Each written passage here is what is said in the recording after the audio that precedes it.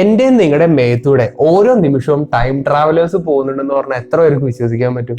ഇത് കേൾക്കുമ്പോൾ science fiction ആയിട്ട് തോന്നുമെങ്കിലും ഇത് ശരിക്കും പ്യുവർ സയൻസ് ആണ്. ഓരോ നിമിഷവും നമ്മുടെ ലോകത്ത് നടക്കുന്ന ഒരു നാച്ചുറൽ സയന്റിഫിക് ഫിനോമിനൻ ആണ്.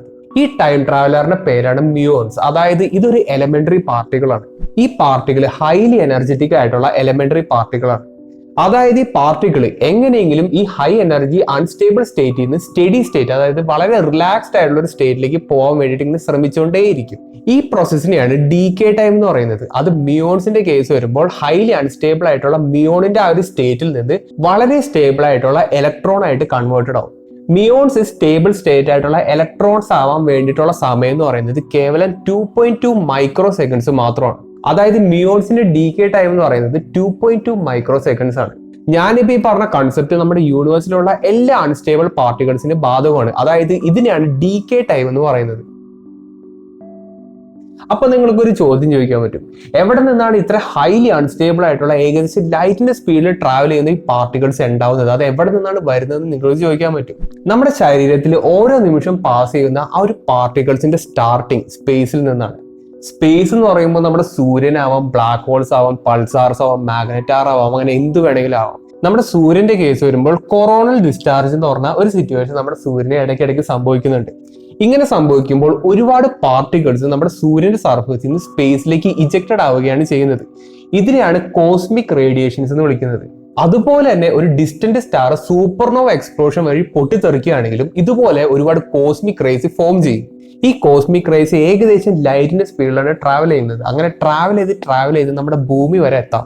അതുപോലെ തന്നെ ബ്ലാക്ക് ഹോൾസിന് ചുറ്റും ഒരുപാട് റേഡിയേഷൻ കണ്ടുവരുന്നുണ്ട്. അതായത് ഹോക്കിൻ റേഡിയേഷൻ പോലെ ഒരുപാട് റേഡിയേഷൻ കണ്ടുവരുന്നുണ്ട്. അതിലൂടെയും കോസ്മിക് റേസ് ഫോം ചെയ്യുന്നുണ്ടെന്ന് പറയപ്പെടുന്നുണ്ട്. അങ്ങനെ ഈ കോസ്മിക് റേസ് നമ്മുടെ യൂണിവേഴ്സിൽ പല സ്ഥലത്ത് നിന്ന് ഫോം ചെയ്തിട്ട് നമ്മുടെ ഭൂമിയുടെ അറ്റ്മോസ്ഫിയറിൽ വന്നിടിക്കും. ഈ ഹൈലി എനർജറ്റിക് ആയിട്ടുള്ള കോസ്മിക് റേസ് നമ്മുടെ അറ്റ്മോസ്ഫിയറിലുള്ള പാർട്ടിക്കിൾസ് ആയ നൈട്രജനും ഓക്സിജനുമായിട്ട് ഇങ്ങനെ കൊളൈഡ് ചെയ്യും. ഈ കൊളീഷനിൽ അവിടെ എലിമെന്ററി പാർട്ടിക്കിൾസ് ആയിട്ടുള്ള പയോൺസും കയോൺസും ഫോം ചെയ്യും. ബേസിക്കലി ഈ പറയുന്ന പയോൺസും കയോൺസും ആണ് ഈ മ്യൂൺസ് എന്ന് പറഞ്ഞ ആ ഒരു എലിമെന്ററി പാർട്ടിക്കിൾ എന്ന് പറയുന്നത്. അങ്ങനെ ഈ ഹൈലി എനർജറ്റിക് ആയിട്ടുള്ള പാർട്ടിക്കിൾസ് നമ്മുടെ ഭൂമിയുടെ അറ്റ്മോസ്ഫിയറിൽ ഫോം ചെയ്യുകയും അത് ഏകദേശം ലൈറ്റിന്റെ സ്പീഡിൽ നമ്മുടെ ഭൂമിയുടെ സർഫസിലേക്ക് തന്നെ വന്നിങ്ങനെ വീഴും. അതാണ് ശരിക്കും ഇവിടെ സംഭവിക്കുന്നത്. ഇതാണ് നമ്മുടെ യൂണിവേഴ്സ് എന്ന് വെച്ചാൽ. അവിടുന്ന് പല രീതിയിലും ഈ പറയുന്ന പോലെ കോസ്മിക് റേസ് ഇങ്ങനെ ഫോം ചെയ്യും. അതിനുശേഷം നമ്മുടെ ഭൂമിയുടെ അറ്റ്മോസ്ഫിയറിലേക്ക് ഈ കോസ്മിക് റേസ് വന്നിങ്ങനെ കൊളൈഡ് ചെയ്തിട്ട് മ്യൂൺസ് നമ്മുടെ സർഫസിലേക്ക് ഇങ്ങനെ ഓരോ നിമിഷവും ഇങ്ങനെ ഉണ്ടായിക്കൊണ്ടിരിക്കുകയാണ്. അപ്പോൾ ഈ ഒരു ഫിനോമിനൻ ആണ് നമ്മുടെ ചുറ്റും ഓരോ നിമിഷവും സംഭവിച്ചുകൊണ്ടിരിക്കുന്നത്. പക്ഷെ ഞാനിപ്പോ ഈ പറഞ്ഞ സിസ്റ്റത്തിൽ ചെറിയൊരു മിസ്റ്റേക്ക് ഉണ്ട്. അത് ഞാൻ പറഞ്ഞ കാര്യങ്ങൾ ശ്രദ്ധിച്ചവർക്ക് മാത്രമേ മനസ്സിലായിട്ടുണ്ടാവുള്ളൂ. അതെന്താന്ന് ഞാൻ പറഞ്ഞുതരാം. മ്യൂൺസിന്റെ ലൈഫ് ടൈം എന്ന് പറയുന്നത് വെറും 2.2 മൈക്രോ സെക്കൻഡ്സ് മാത്രമാണ്. അതും ഈ 2.2 മൈക്രോ സെക്കൻഡ് ഒരു പാർട്ടിക്കിളിൽ ലൈറ്റിന്റെ സ്പീഡിൽ ട്രാവൽ ചെയ്യുകയാണെങ്കിൽ, അതായത് ഏകദേശം 3 ലക്ഷം കിലോമീറ്റർ പെർ സെക്കൻഡ് സ്പീഡിൽ ഈ മ്യൂൺസ് ട്രാവൽ ചെയ്യുകയാണെങ്കിൽ 2.2 മൈക്രോ സെക്കൻഡ് കൊണ്ട് വെറും 660 മീറ്റർ മാത്രമേ കവർ ചെയ്യാൻ പറ്റുള്ളൂ. മ്യൂൺസ് ഇവിടെ വെച്ചാണ് ഫോം ചെയ്യുന്നതെന്ന് നിങ്ങൾ വിചാരിക്കാം. അപ്പോൾ ഇതിന്റെ ലൈഫ് ടൈം എന്ന് പറയുന്നത് വെറും 2.2 മൈക്രോ സെക്കൻഡ്സ് മാത്രമാണ്.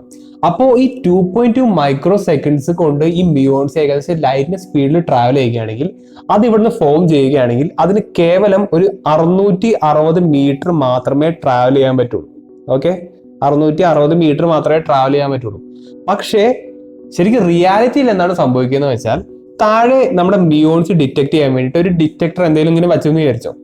ഓരോ നിമിഷവും ഓരോ സ്ക്വയർ മീറ്ററിലും ഏകദേശം 10,000-ഓളം മ്യൂൺസ് നമ്മുടെ ഭൂമിയിൽ അക്രോസ് ഇങ്ങനെ പാസ് ചെയ്യുന്നതായിട്ട് നമുക്ക് കാണാൻ പറ്റും. പക്ഷേ ഇവിടെ ഒരു കേസ് ഇങ്ങനെ ആലോചിക്കുക, മ്യൂൺസിന്റെ ലൈഫ് ടൈം അനുസരിച്ച് ജസ്റ്റ് അതൊരു 660 മീറ്റർ മാത്രമേ ട്രാവൽ ചെയ്യാൻ പറ്റുള്ളൂ. അതിന്റെ അപ്പുറം അത് പോയി കഴിഞ്ഞാൽ അത് ഇലക്ട്രോൺ ആയിട്ട് ഡീകേ ആയിട്ട് മാറും. അതായത് മ്യൂൺസ് ഇലക്ട്രോൺ ആയിട്ട് ഇങ്ങനെ കൺവേർട്ടഡ് ആവും, സ്റ്റേബിൾ സ്റ്റേറ്റിലേക്ക് പോകും. പക്ഷേ അതങ്ങനെ കൺവേർട്ടഡ് ആവാണ്ട് ഏകദേശം 15ഓളം കിലോമീറ്റർ ട്രാവൽ ചെയ്തിട്ട് നമ്മുടെ ഭൂമിയുടെ സർഫസിൽ നോക്കിക്കഴിഞ്ഞാൽ നമുക്കത് ഡിറ്റക്ട് ചെയ്യാൻ പറ്റും. അപ്പോൾ അത് എങ്ങനെയെന്നുള്ളതാണ് ചോദ്യം. അതായത് ഈ മ്യൂൺസ് സ്റ്റാർട്ട് ചെയ്യുന്ന ആ ഒരു പോയിന്റും ഈ ഭൂമിയുടെ സർഫസും തമ്മിൽ ഏകദേശം ഒരു 10-15ഓളം കിലോമീറ്റേഴ്സ് ദൂരമുണ്ട്. അപ്പോൾ എങ്ങനെയാണ് ഈ കേവലം 660 മീറ്റർ മാത്രം എക്സിസ്റ്റ് ചെയ്യേണ്ട മ്യൂൺസ് ഈ 15 കിലോമീറ്ററോളം ട്രാവൽ ചെയ്യുന്നത്? അതാണ് ഇവിടുത്തെ ഏറ്റവും വലിയ ചോദ്യം. അപ്പൊ ഇതിനുള്ള ഉത്തരം ശരിക്കും ഇരിക്കുന്നത് ടൈം ഡയലേഷനിലാണ്. അതായത് നമ്മളെല്ലാവരും ഒരു സയൻസ് ഫിക്ഷൻ മാത്രമായിട്ട് കണ്ട ടൈം ട്രാവൽ എന്ന് പറയുന്നത് ശരിക്കും റിയൽ ആണെന്ന് തെളിയിക്കാൻ പറ്റിയ ഒരു എക്സാമ്പിൾ ആണ് നമ്മുടെ ഈ മ്യൂൺസ് എന്ന് പറയുന്നത്. അതെന്താ സംഭവം ഞാൻ പറഞ്ഞുതരാം.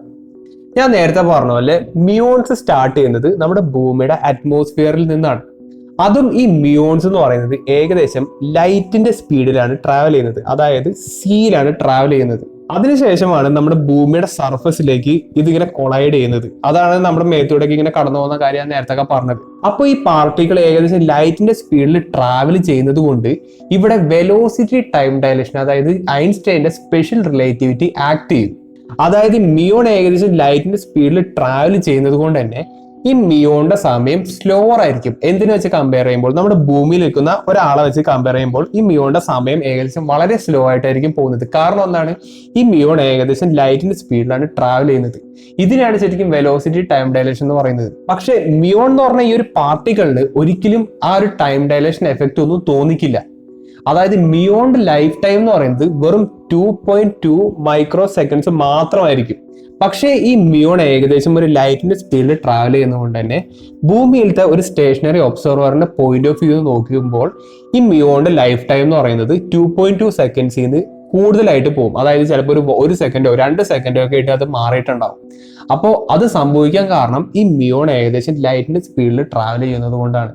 അതായത് മിയോൺസിന്റെ സമയം നമ്മുടെ മനുഷ്യരുടെ പോയിന്റ് ഓഫ് വ്യൂ നോക്കുമ്പോൾ സ്ലോവർ ആയിട്ടാണ് പോകുന്നത്. അതായത് ബേസിക്കലി മിയോൺസ് ഫ്യൂച്ചറിലേക്ക് ടൈം ട്രാവൽ ചെയ്യുകയാണ്. ഈ ഒരു എഫക്റ്റ് ഇവിടെ സംഭവിക്കുന്നത് കൊണ്ട് കേവലം 660 മീറ്റർ മാത്രം ട്രാവൽ ചെയ്യേണ്ട മിയോൺസ് ഈ പറയുന്ന 15 കിലോമീറ്റർ കവർ ചെയ്യുന്നുണ്ട്. അതിന്റെ റീസൺ എന്താണ്, ഇവിടെ മിയോൺസിന്റെ സമയം കുറഞ്ഞു വരുന്നുണ്ട്. അതായത് 2.2 മൈക്രോ സെക്കൻഡ്സിൽ നിന്ന് ഒരു സെക്കൻഡോ അല്ലെങ്കിൽ 2 സെക്കൻഡോ ഒക്കെ ആയിട്ട് ആ ഒരു സംഭവം കൂടിയിട്ടുണ്ടാവും. അതിന്റെ ഹാഫ് ലൈഫ് കൂടിയിട്ടുണ്ടാവും. അതായത് ഇതിന്റെ സമയം, മിയോൺസിന്റെ സമയം കുറഞ്ഞു വരുന്നത് കൊണ്ടാണ് ഈ ഒരു സിറ്റുവേഷൻ അവിടെ സംഭവിക്കുന്നത്. അതിന്റെ റീസൺ ആണ് വെലോസിറ്റി ടൈം ഡയലേഷൻ. അപ്പോൾ എഫക്റ്റീവ്ലി ഇവിടെ മിയോൺസിന്റെ ഹാഫ് ലൈഫ് ഒരു 2.2 മൈക്രോ സെക്കൻഡിൽ നിന്ന് 1-2 സെക്കൻഡ് ആയിട്ട് മാറിയപ്പോൾ ഈ പറയുന്ന മിയോൺസിന് ഏകദേശം ലൈറ്റിന്റെ സ്പീഡിൽ നമ്മൾ ഏകദേശം ഈ പറഞ്ഞ 15 കിലോമീറ്ററും എഫക്റ്റീവ്ലി ട്രാവൽ ചെയ്യാൻ പറ്റുന്നുണ്ട്. നമ്മുടെ ശരീരത്തിലൂടെ ഓരോ നിമിഷവും ഇതിനെ പാസ് ചെയ്യാൻ പറ്റുന്നുണ്ട്. ഭൂമിയിലത്തെ ഡിറ്റക്ടേഴ്സ് ഉപയോഗിച്ച് കഴിഞ്ഞാൽ അത് നമുക്ക് ഡിറ്റക്ട് ചെയ്യാനും പറ്റുന്നുണ്ട്. ശരിക്കും ഇതാണ് ഇവിടെ സംഭവിക്കുന്നത്. അതായത് ഓരോ നിമിഷവും നമ്മുടെ ശരീരത്തിലൂടെ ഈ പറയുന്ന മിയോൺസ് എന്ന് പറയുന്ന ആ ടൈം ട്രാവലേഴ്സ് ഇങ്ങനെ പാസ് ചെയ്തുകൊണ്ടിരിക്കുന്നുണ്ട്. ഇനി വെലോസിറ്റി ടൈം ഡയലേഷൻ എന്താണെന്ന് മനസ്സിലാവാത്തവർക്ക് ഞാൻ അതിനെപ്പറ്റി ഒരുപാട് വീഡിയോസും ചെയ്തിട്ടുണ്ട്. പക്ഷെ അതിനൊരു സിമ്പിൾ സ്റ്റേറ്റ്മെന്റ് ഞാൻ പറഞ്ഞുതരാം. അതായത് ഒരു ഒബ്ജക്റ്റിന്റെ സ്പീഡ് ഇങ്ങനെ കൂടി വരികയാണെങ്കിൽ ആ ഒരു ഒബ്ജക്റ്റിന്റെ സമയം കുറഞ്ഞു വരും. അതായത് ആ ഒബ്ജക്റ്റിന് സമയം കുറഞ്ഞു വരുന്നതായിട്ട് ഒരിക്കലും ഫീൽ ചെയ്യില്ല. ആ ഒബ്ജക്റ്റിന്റെ ലൈഫ് ടൈം അതേപോലെ തന്നെ ആയിട്ടായിരിക്കും അദ്ദേഹത്തിന് ഫീൽ ചെയ്യുന്നത്. പക്ഷേ ഒരു സ്റ്റേഷനറി ഒബ്സർവർ, പുറത്തു നിന്ന് ഒരു ഒബ്സർവർ ഇങ്ങനത്തെ ഒരു ഫിനോമിനൻ നോക്കുകയാണെങ്കിൽ ആ ഒബ്ജക്റ്റിന്റെ സമയം കുറഞ്ഞു വരുന്നതായിട്ട് ആ ഒരു ഒബ്സർവറിന് ഫീൽ ചെയ്യും. ആ ഒബ്സർവറിന് ഇങ്ങനെ കാണാൻ പറ്റും.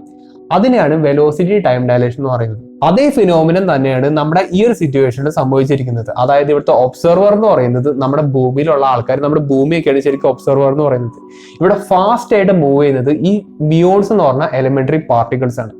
ഈ എലിമെന്ററി പാർട്ടിക്കിൾസ് ഇത്ര സ്പീഡിൽ മൂവ് ചെയ്യുന്നത് കൊണ്ട് തന്നെ നമ്മുടെ ഭൂമിയിലുള്ള ആൾക്കാർ ഇങ്ങനെ നോക്കുമ്പോൾ ഈ പാർട്ടികളുടെ സമയം കുറഞ്ഞു വരുന്നതായിട്ട് കാണാൻ പറ്റും. ഈ പാർട്ടികളുടെ സമയം കുറയുന്നത് കൊണ്ട് തന്നെ ഈ പാർട്ടികളുടെ ഹാഫ് ലൈഫ് എന്ന് പറയുന്നത് 2.2 മൈക്രോ സെക്കൻഡ്സ് മാറിയിട്ട് അത് 1-2 സെക്കൻഡോ അല്ലെങ്കിൽ അര സെക്കൻഡോ എനിക്ക് കറക്റ്റ് ആയിട്ട് അറിയില്ല, അത്രയും സെക്കൻഡ്സ് ആയിട്ട് ഇങ്ങനെ കൂടും. അപ്പോൾ ഈ 1-2 സെക്കൻഡ് ഇതിന്റെ ഹാഫ് ലൈഫ് കൂടുന്നത് കൊണ്ട് തന്നെ ആ സമയം കൊണ്ട് ഈ പാർട്ടിക്കിൾ ഈ പറയുന്ന അറ്റ്മോസ്ഫിയറിൽ നിന്ന് നമ്മുടെ സർഫസ് വരെ ഇങ്ങനെ എത്താൻ വേണ്ട സമയം അതിന് കിട്ടിയിട്ടുണ്ട്.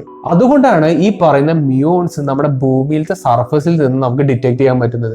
അതല്ല ഇപ്പൊ ഈ പറയുന്ന വെലോസിറ്റി ടൈം ഡയലേഷൻ ഒന്നും ഇല്ലാന്നുണ്ടെങ്കിൽ ഈ പറഞ്ഞ മിയോൺസ് നമുക്ക് ഒരിക്കലും നമ്മുടെ ഭൂമിയുടെ സർഫസിൽ നിന്ന് ഡിറ്റക്ട് ചെയ്യാൻ പറ്റില്ല.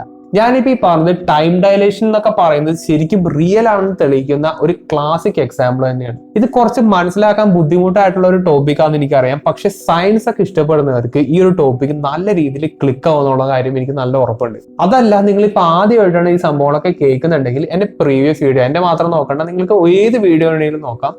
ടൈം ഡയലേഷൻ എന്നുള്ള സംഭവം നിങ്ങൾ കറക്റ്റ് ആയിട്ട് മനസ്സിലാക്കുക. അത് എന്തുകൊണ്ടാണ് സംഭവിക്കുന്നത്, അത് എങ്ങനെയാണ് സംഭവിക്കുന്നത് നിങ്ങൾ കറക്റ്റ് ആയിട്ട് മനസ്സിലാക്കാം. അതിനുശേഷം നിങ്ങളിപ്പോൾ ഈ വീഡിയോ ഒന്നുകൂടി കണ്ടു കഴിഞ്ഞാൽ ഈ മിയോൺസ് എന്ന് പറഞ്ഞാൽ ഒരു മാജിക്കൽ സംഭവം നിങ്ങൾക്ക് ശരിക്കും കറക്റ്റ് ആയിട്ട് മനസ്സിലാവും. അപ്പൊ time dilation, time travel to the future, അതൊക്കെ ശരിക്കും പോസിബിൾ ആണ്. ഓരോ നിമിഷവും നമ്മുടെ ചുറ്റുപാടും നടക്കുന്ന ഒരു സംഭവം എന്ന് തെളിയിക്കുന്ന ഒരു വീഡിയോ മാത്രമായിരുന്നു ഇത്. അപ്പോൾ എത്ര പേർക്ക് മനസ്സിലായെന്ന് എനിക്കറിയില്ല. മനസ്സിലായിട്ടില്ലെങ്കിൽ നിങ്ങൾ ഒന്നും കൂടി ഒന്ന് റീവാച്ച് ചെയ്താൽ നിങ്ങൾക്ക് കറക്റ്റ് ആയിട്ട് കാര്യങ്ങളൊക്കെ. അപ്പോൾ നല്ലൊരു ടോപ്പിക്കായിട്ട് നമുക്ക് ഇനി അടുത്ത വീഡിയോ കാണാം.